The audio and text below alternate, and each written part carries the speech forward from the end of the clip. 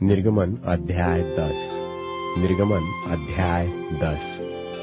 फिर यहोवा ने मूसा से कहा, फिरौन के पास जा, क्योंकि मैंने उसके और उसके कर्मचारियों के मन को इसलिए कठोर कर दिया है कि अपने चिन्ह उनके बीच में दिखलाओ, और तुम लोग अपने बेटों और पोतों से इसका वर्णन करो कि यहोवा ने मिस्रियों को कैसे ठट्टों में उड़ाया और अपने क्या क्या चिन्ह उनके बीच प्रकट किए हैं, जिससे तुम यह जान लोगे कि मैं ही यहोवा हूँ। तब मूसा और हारून ने फिरौन के पास जाकर कहा कि इब्रियों का परमेश्वर यहोवा तुझसे इस प्रकार कहता है कि तू कब तक मेरे सामने दिन होने से संकोच करता रहेगा। मेरी प्रजा के लोगों को जाने दे कि वे मेरी उपासना करें। यदि तू मेरी प्रजा को जाने न दे तो सुन, कल मैं तेरे देश में टिड्डियां ले आऊंगा और वे धरती को ऐसा छालेंगी कि वह देख न पड़ेगी, और तुम्हारा जो कुछ ओलों से बच रहा है उसको वे चट कर जाएगी, और तुम्हारे जितने वृक्ष मैदान में लगे हैं उनको भी वे चट कर जाएगी, और वे तेरे और तेरे सारे कर्मचारियों निदान सारे मिस्रियों के घरों में भर जाएगी। इतनी टिड्डियां तेरे बापदादों ने व उनके पुरखाओं ने जब से पृथ्वी पर जन्मे तब से आज तक कभी न देखी। और वह मुंह फेर कर फिरौन के पास से बाहर गया। तब फिरौन के कर्मचारी उससे कहने लगे, वह जन कब तक हमारे लिए फंदा बना रहेगा। उन मनुष्यों को जाने दे कि वे अपने परमेश्वर यहोवा की उपासना करें। क्या तू अब तक नहीं जानता कि सारा मिस्र देश नाश हो गया है।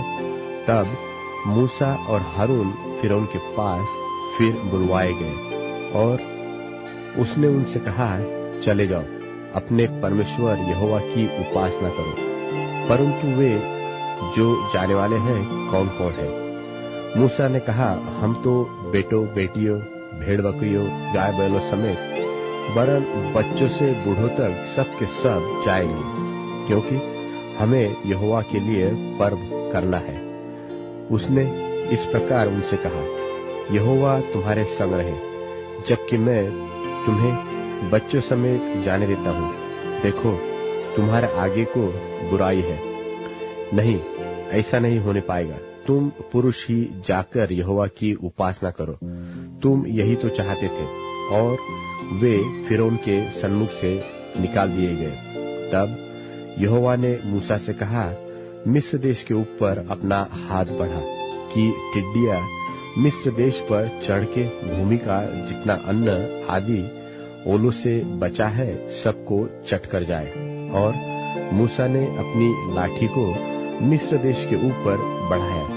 तब यहोवा ने दिन भर और रात भर देश पर पुरवाई बहाई, और जब भोर हुआ तब उस पुरवाई में टिड्डियां आई, और टिड्डियों ने चढ़ के मिस्र देश के सारे स्थानों में बसेरा किया।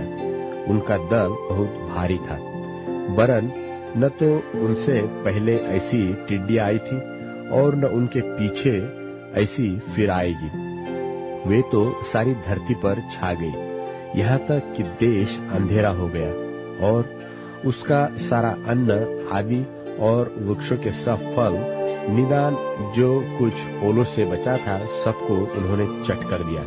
यहाँ तक कि मिस्र देश भर में न तो किसी वृक्ष पर कुछ हरियाली रह गई और न खेत में अनाज रह गया। तब फिरौन ने फुर्ती से मूसा और हारून को बुलवा के कहा, मैंने तो तुम्हारे परमेश्वर यहोवा का और तुम्हारा भी अपराध किया है, इसलिए अब की बार मेरा अपराध क्षमा करो और अपने परमेश्वर यहोवा से विनती करो कि वह केवल मेरे ऊपर से इस मृत्यु को दूर करे। तब मूसा ने फिरौन के पास से निकलकर यहोवा से विनती की। तब यहोवा ने बहुत प्रचंड पछुआ बहाकर टिड्डियों को उड़ाकर लाल समुद्र में डाल दिया, और मिस्र के किसी स्थान में एक भी टिड्डी न रह गई। तो भी यहोवा ने फिरौन के मन को कठोर कर दिया, जिससे उसने इस्राएलियों को जाने न दिया। फिर यहोवा ने मूसा से कहा, अपना हाथ आकाश की ओर बढ़ा कि मिस्र देश के ऊपर अंधकार छा जाए, ऐसा अंधकार कि टटोला जा सके।